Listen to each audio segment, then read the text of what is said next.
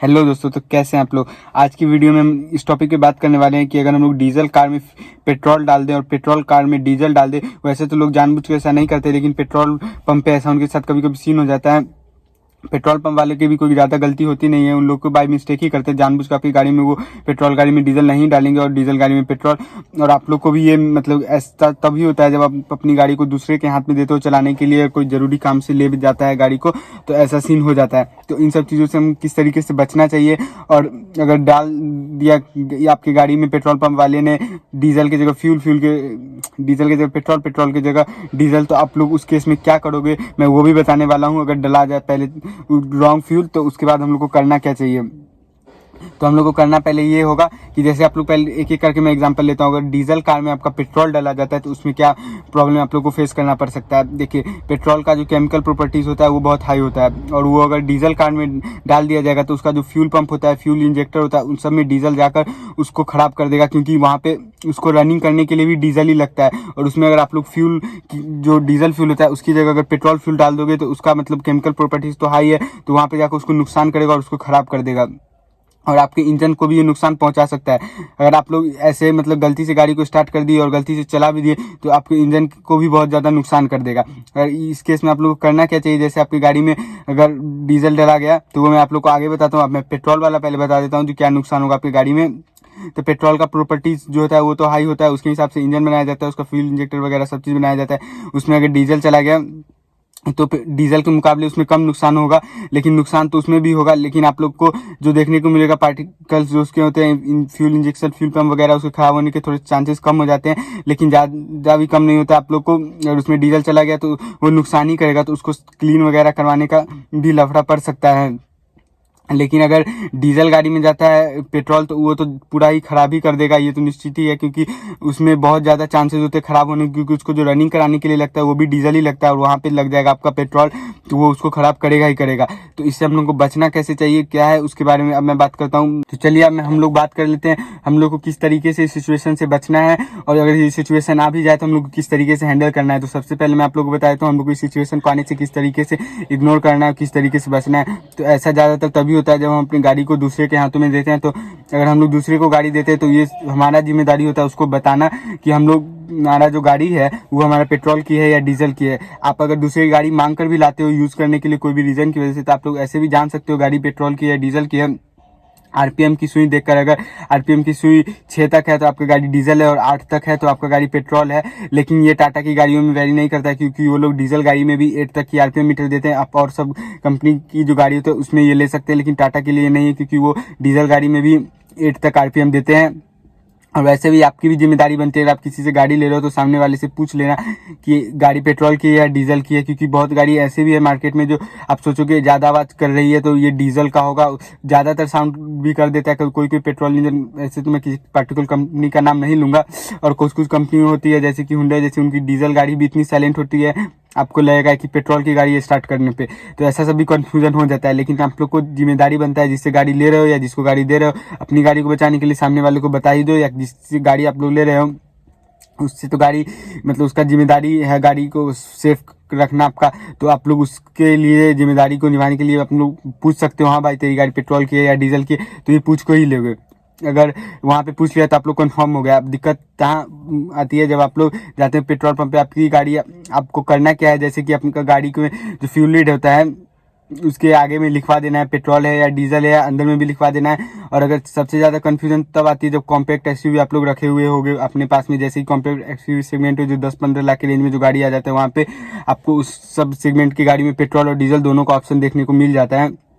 Confusion वहाँ पे होता है जब लोगों को लगता है जो जो पेट्रोल पंप वाले उनको जो गाड़ी पेट्रोल की है डीजल की कन्फ्यूज हो जाते हैं। और पेट्रोल में अगर आप लोग बड़ी गाड़ी लेकर चल रहे हो तो ज़्यादातर केस वहाँ होता है डीजल डाल देने का, क्योंकि उन लोगों को लगता है बड़ी गाड़ी है तो डीजल की ही होगी। और अगर आप लोग छोटे गाड़ी में पेट्रोल की जगह मतलब कि डीजल लेकर चल रहे हो उसकी जगह पेट्रोल डाल दे आपकी गाड़ी में, क्योंकि ज़्यादातर वो लोग गैस पे ही डाल देते हैं, क्योंकि उन लोगों को लगता है छोटी गाड़ी है तो पेट्रोल की ही होगी। तो आपको इसी के लिए अपने फ्यूल लीड के बारे में लिखवा देना चाहिए जो हमारी गाड़ी पेट्रोल की है या डीजल की है। और अब छोटी मोटी गाड़ियों वाले को तो सब चीज़ों को इग्नोर करना है। जिनका गाड़ी जिस चीज़ में फेमस है, जैसे कि मैं मान लो, जैसे कि मान क्या लो, मेरे पास K10 है, देख लो सिचुएशन को, मेरे पास K10 है तो मैं यहाँ पे नहीं लिखवाया हूँ, क्योंकि लोग को भी पता है ये गाड़ी ज़्यादातर पेट्रोल में आती है, ज़्यादातर क्या इसमें पेट्रोल ऑप्शन नहीं आता है, और लोग आफ्टर मार्केट CNG भी लगवा लेते हैं, और कंपनी भी अब देती है CNG, तो ये दोनों ऑप्शन होता है, लेकिन डीजल में नहीं आती है। तो ये पेट्रोल पंप वाले को भी ज़्यादा फेमस है, जानते हैं, जो K10 है वो आती है पेट्रोल में। वही मैं स्कॉर्पियो वगैरह लेकर जाऊंगा तो ऑटोमेटिकली डीजल ही डालेंगे, उनको भी पता है। लेकिन अगर मैं कॉम्पैक्ट SUV की सेगमेंट की किसी गाड़ी को लेकर जाता हूँ, जैसे कि क्रेटा वगैरह लेकर जाऊंगा, नेक्सॉन वगैरह, तो उन लोग को भी कंफ्यूजन हो जाएगा, वो लोग भी सामने से पूछ देंगे, या मुझे बताना पड़ेगा पेट्रोल है या डीजल है।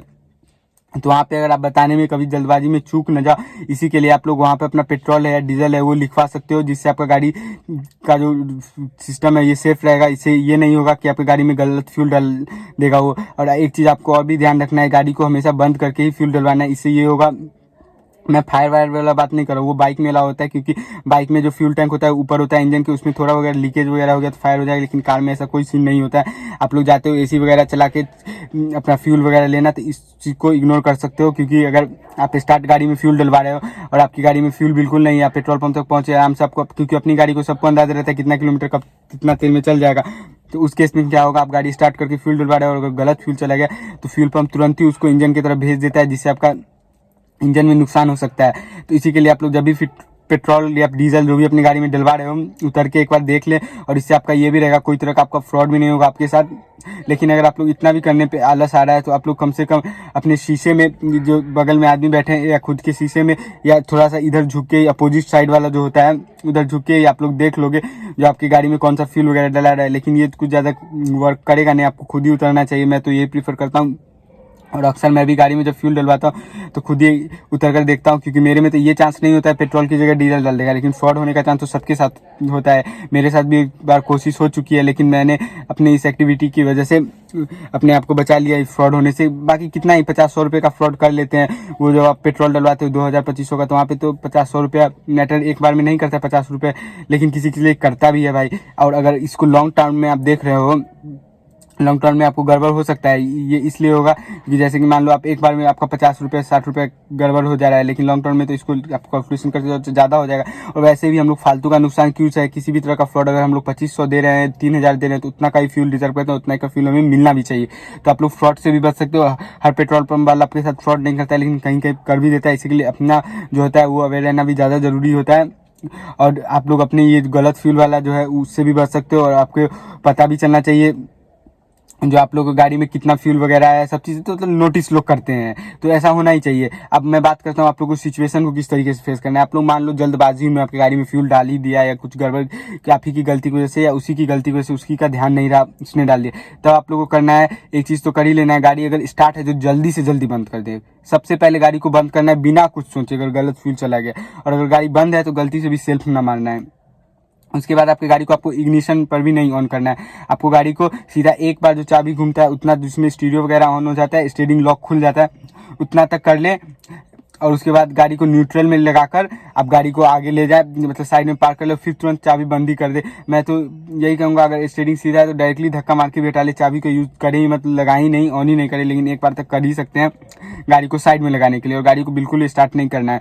और आप लोग को क्या करना है, किसी मैकेनिक वगैरह को बुला लेना है वहीं पे, या अगर आप बहुत शहर से दूर वगैरह कोई मैकेनिक वगैरह नहीं है तो आपको गाड़ी को मजबूरन टो ही कराना पड़ेगा। आप गाड़ी को किसी भी केस में स्टार्ट नहीं कर सकते हो गलत फ्यूल के साथ, आपका इंजन चला जाएगा, इंजन का नुकसान हो जाएगा। और एक बार अगर इंजन खुल गया, उसका नुकसान हो गया, चाहे कितना भी अच्छा से अच्छा मिस्त्री उसको बना ले, लेकिन एक बार खुला हुआ इंजन होता है वो परफॉर्मेंस नहीं निकाल के देगा जो आपका ओरिजिनल इंजन जो कंपनी की तरफ से बन के आया था, और जो मतलब मैन्युफैक्चरिंग की तरफ से आया था अच्छे से बनकर कंपनी वाले की तरफ से, वो जो परफॉर्मेंस निकाल के देता था वो आपका नहीं होगा। कहीं ना कहीं इशू आ ही सकता है, कोई भी तरह का मतलब आप पीस ऑफ माइंड नहीं रह पाए वो। इसी के लिए आप लोग को बिल्कुल ही मतलब सेल्फ नहीं मारना है, और करना ही। अगर आपको कोई मैकेनिक वगैरह मिल जाता है तो ठीक है, नहीं तो आप लोग को फ्यूल जो टैंक होता है उसके नीचे में, जैसे कि आप लोग मान लो आप लोग का वाटर टैंक वगैरह जो होता है, जैसे आरओ वगैरह में ही नीचे दिया रहता है ढक्कन खोलने के लिए, या गाड़ी के नीचे फ्लोर में दिया रहता है जो पानी वगैरह घुस जाए तो उसको निकालने के लिए, तो उसमें आप लोग को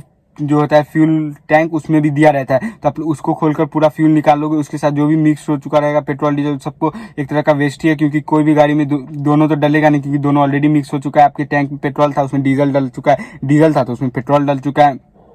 तो ऐसा करने पे आपका वो पूरा फ्यूल तो वेस्ट जाएगा, लेकिन आपका गाड़ी जो है वो सेफ रहेगा। और आप लोग अगर किसी की गलती है नहीं है उसको भुगतना आप ही को पड़ेगा, पेट्रोल पंप वाले की गलती हो। लेकिन अगर मान लो, एक बात मैं कहता हूँ ऐसा तो होगा बिल्कुल ही नहीं, लेकिन एक्सपेक्ट कर रहा हूँ, मान लो पेट्रोल पंप का मालिक अच्छा मान गया हाँ भाई मेरे बंदे की गलती है, वो आपको पे भी कर देगा, आपका जो खर्चा होगा जो भी इसको कर भी दिया। लेकिन आपको वो तो जो आपका इंजन था वो तो एक बार बन चुका हो चुका है ना, मतलब कि उसको एक बार बनाया हुआ खुला हुआ इंजन हो चुका है।